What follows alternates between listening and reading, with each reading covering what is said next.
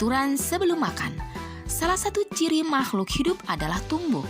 Untuk bertumbuh, makhluk hidup perlu makanan dan air.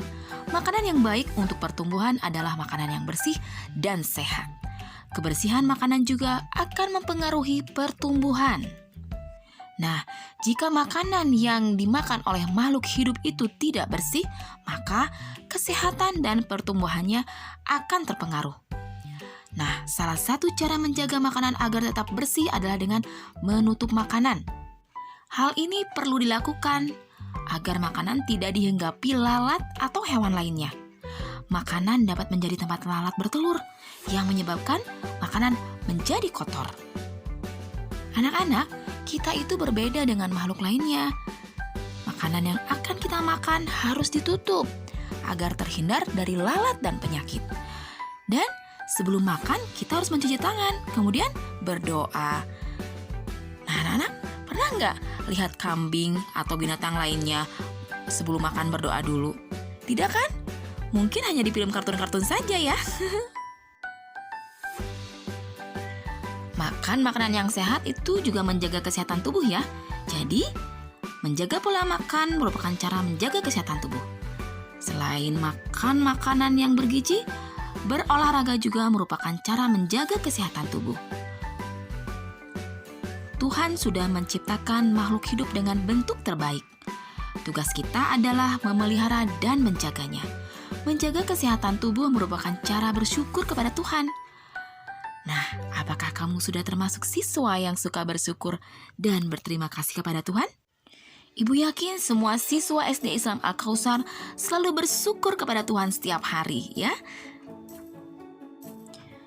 Yuk anak-anak, sekarang kita perhatikan gambar berikut ini.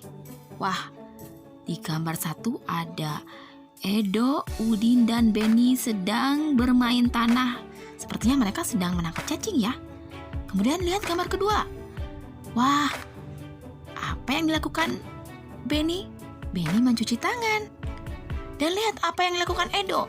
Sepertinya Edo lupa tidak mencuci tangan ya. Dia langsung mengambil makanan dan memakan makanan tersebut.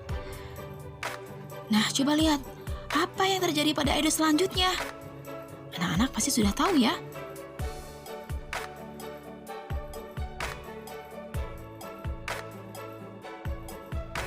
Yuk sekarang kita lanjut ke pembelajaran 6. Ayo menulis.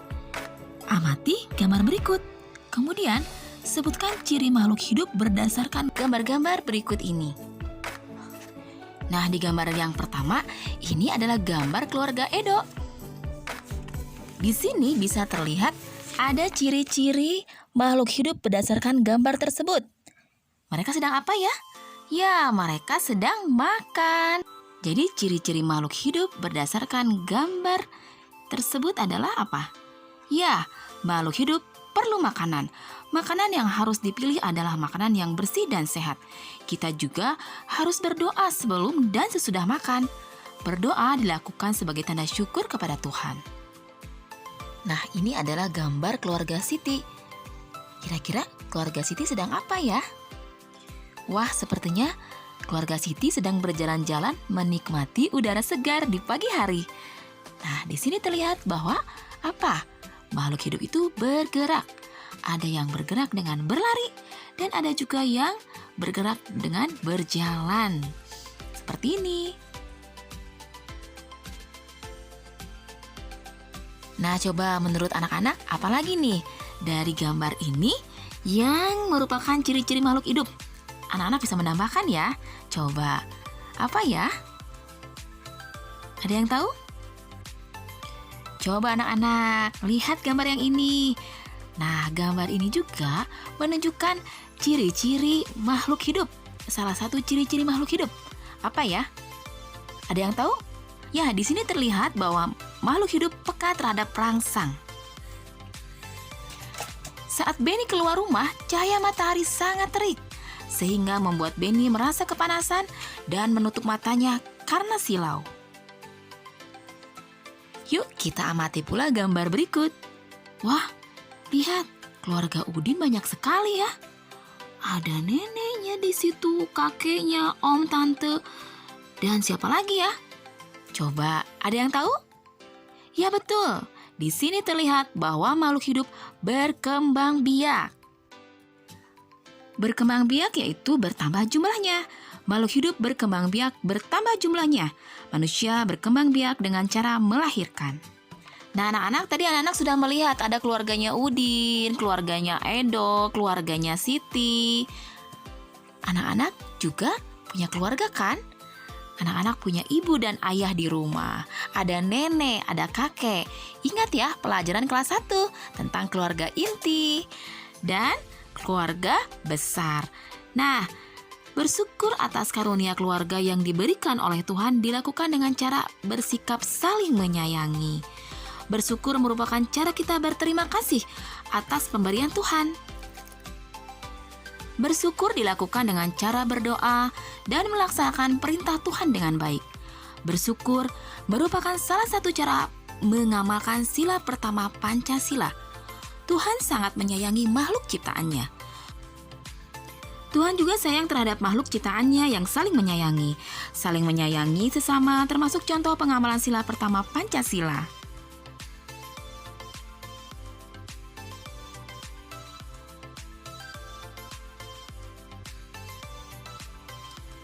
Yuk sekarang anak-anak kita melihat makhluk hidup yang lainnya. Kita berjalan-jalan ke peternakan sapi. Lihat nih, ada peternakan sapi. Sapi yang terlihat sedang diambil susunya ya. Susu sapi adalah salah satu contoh makanan yang sangat baik untuk kesehatan. Beberapa perusahaan memproduksi susu sapi dalam bentuk kemasan kotak siap saji agar mudah dikonsumsi. Berikut ini adalah jumlah susu kemasan kotak yang dapat dihasilkan oleh beberapa perusahaan. Yuk, anak-anak kita amati bersama-sama. Perusahaan A menghasilkan 1.200 kotak per bulan. Perusahaan B menghasilkan 3.000 kotak per bulan. Perusahaan C menghasilkan 4.800 kotak per bulan. Perusahaan D menghasilkan 3.250 kotak per bulan. Kemudian perusahaan E menghasilkan 2.200 kotak per bulan. Berdasarkan daftar tersebut, selesaikan beberapa persoalan berikut ini. Nomor 1, manakah perusahaan yang menghasilkan susu kemasan kotak paling banyak setiap bulan? Ya, perusahaan C. Sekarang nomor 2, manakah perusahaan yang menghasilkan susu kemasan kotak paling sedikit setiap bulan? Ya, betul, perusahaan A. Betul, perusahaan A. Kita lanjutkan ya. Sekarang, berapa jumlah susu kemasan kotak yang dihasilkan perusahaan A dan perusahaan D? Permasalahan tersebut diselesaikan dengan penjumlahan. Penjumlahan dapat dilakukan dengan cara susun ke bawah. Anak-anak pernah belajar tentang ini ya di kelas 2. Yuk, letakkan bilangan sejajar sesuai dengan nilai tempatnya. Lalu jumlahkan sesuai kelompok. Nah, begini cara menyelesaikannya. Perusahaan A menghasilkan 1.200 kotak. Perusahaan D menghasilkan 3.250 kotak.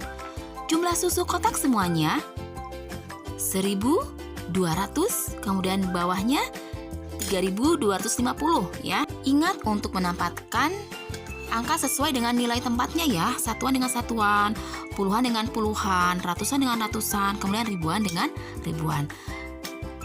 Masih ingat kan cara menjumlahkan? Jumlahkan dari satuannya dulu ya. 0 tambah 0, kemudian hasilnya 0. Kemudian puluhannya tuh 0 tambah 5, 5. Kemudian ratusannya 2 tambah 2, 4 tuh. Yang paling depan ribuannya 1 tambah 3 ya. 1 ribuan tambah 3 ribuan 4. Jumlah seluruhnya adalah 4.450. Yuk selesaikan soal-soal berikut ini. Nomor 1, berapa jumlah susu kemasan kotak yang dihasilkan perusahaan A dan perusahaan B? Agar lebih jelasnya, kita lihat video ini. Baik, anak-anak, begini cara menghitungnya ya. Perusahaan A 1.200 kotak susu per bulan. Kemudian perusahaan B 3.000 kotak per bulannya. Kita jumlahkan. berapakah jumlah kotak susu yang dihasilkan dari perusahaan B dan perusahaan A? 0 tambah 0, 0. Kemudian 0 tambah 0 lagi, 0. 2 tambah 0, 2. 1 tambah 3, 4. Jadi, susu per kotak yang dihasilkan dari perusahaan A dan perusahaan B adalah 4.200 kotak. Yuk anak-anak amati gambar ikan berikut ini. Lihat di tubuhnya ada angka-angka yang minta dijumlahkan. Ada angka-angka yang harus dijumlahkan. Coba amati, anak-anak nanti ini sebagai tugasnya ya. Lihat angkanya dan jumlahkan. Tugasnya, amati gambar halaman 37 dan ceritakan melalui tulisanmu di buku tulis. Yang kedua, gambarlah ikan yang ada di halaman 48. Ya, gambar yang tadi sudah Bu Enci perlihatkan. Dan selesaikan soal yang ada pada gambar ikan tersebut. Serta warnai sesuai dengan petunjuk seperti yang disebutkan di halaman 49. Itu saja ya anak-anak. Wassalamualaikum, tetap semangat, tetap bersyukur.